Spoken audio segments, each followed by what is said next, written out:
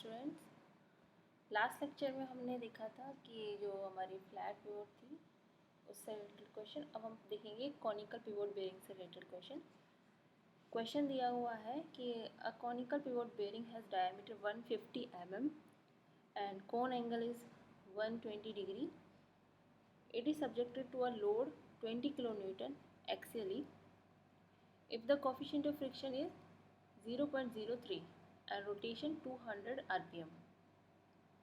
Find the loss of power in friction, uniform pressure theory और uniform wear theory. हमें question में same question है जो हमारा फ्लैट पिवोट का था, एग्जैक्टली उसी टाइप से दोनों जो हमारे केस होते हैं यूनिफॉर्म प्रेशर और यूनिफॉर्म वियर, दोनों के अंदर हमें पावर फ्रिक्शन है जो कैलकुलेट करनी है। तो जो गिवन डेटा है, पहले हम सारा गिवन डेटा लिखेंगे। हमें क्या क्या दिया हुआ है। हमें दिया हुआ बेयरिंग का डायमीटर हमें mm में दिया, इसलिए हम मीटर में कन्वर्ट कर लेंगे इसको। हमें कौन एंगल दिया हुआ है, कौन एंगल है जो 2 अल्फा है, ये है 120 डिग्री। लोड हमें दिया है 20 किलो न्यूटन, तो इसको हम न्यूटन में कन्वर्ट कर लेंगे। फ्रिक्शन कोफिशिएंट 0.03 है और जो हमारी स्पीड है शाफ्ट की वो है 200 आरपीएम। तो पहले हम कैलकुलेट करेंगे यूनिफॉर्म प्रेशर थ्योरी से।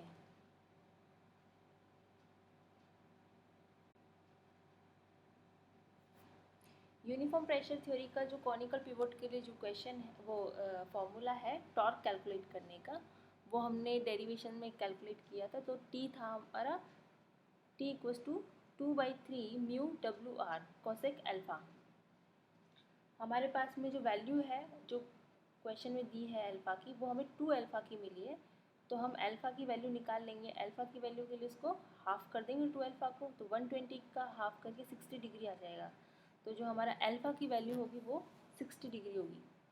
तो जो हमारा फॉर्मूला है उसके अंदर हम लिख देंगे 2/3 इंटू म्यू की वैल्यू है 0.03 इंटू डब्ल्यू की वैल्यू हमारे पास में है 20 इंटू 10/3 और जो आर की वैल्यू है वो रख देंगे हम मीटर के अंदर, और कोसेक अल्फ़ा हमारा 60 डिग्री है।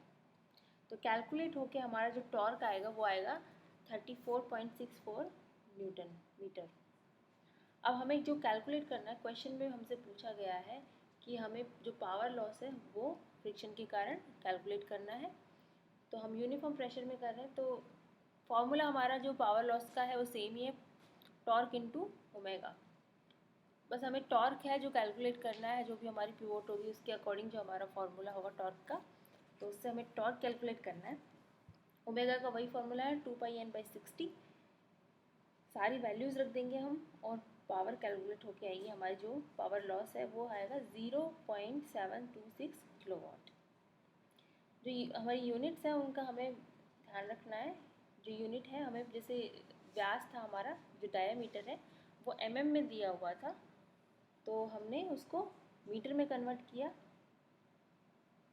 ऐसे ही हमारे पास जैसे न्यूटन में वैल्यू दी हुई है तो इसको हमने किलो न्यूटन में चेंज कर लिया।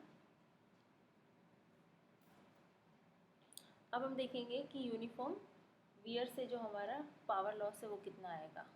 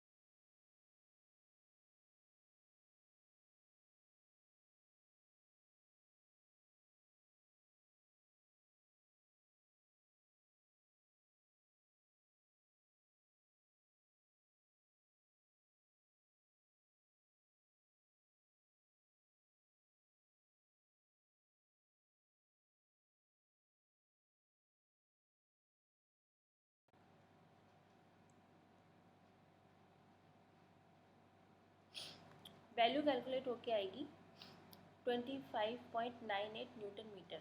जो हम सारे कैलकुलेशंस करेंगे हमारा जो साइंटिफिक कैलकुलेटर होता है उससे करेंगे। तो टॉर्क की वैल्यू आ गई है हमारे पास में। अब हम जो पावर लॉस है उसको कैलकुलेट कर लेंगे। पावर लॉस का फॉर्मूला होता है टॉर्क इंटू ओमेगा। तो जो टॉर्क की वैल्यू है वो हमने कैलकुलेट कर ही ली है और ओमेगा है 2πn/60, वो रख देंगे हम। जो वैल्यू है हमारी किलोवाट में आएगी, 1000 से डिवाइड कर देंगे वाट को तो किलोवाट में निकल के आ जाएगी वैल्यू। तो यहाँ पे हमारी वैल्यू निकल के आई है 0.545 किलोवाट। तो दोनों केसेस के लिए हमने पावर लॉस है जो कैलकुलेट कर लिया, यूनिफॉर्म प्रेशर के लिए और यूनिफॉर्म वियर के लिए। जो पहला क्वेश्चन था हमारा फ्लैट पिवोट वाला और कॉनिकल पिवोट का, दोनों का क्वेश्चन लगभग सेम ही है, बस हमारा जो फार्मूला है टॉर्क की जो वैल्यूज़ है वो निकालने का फार्मूला अलग अलग है। यहाँ पे कॉनिकल शेप होती है इसलिए हमारे पास में कोन शेप होने की वजह से जो एंगल होता है अल्फ़ा उसके अंदर, तो एक ये डेटा हमारा एक्स्ट्रा है इसमें।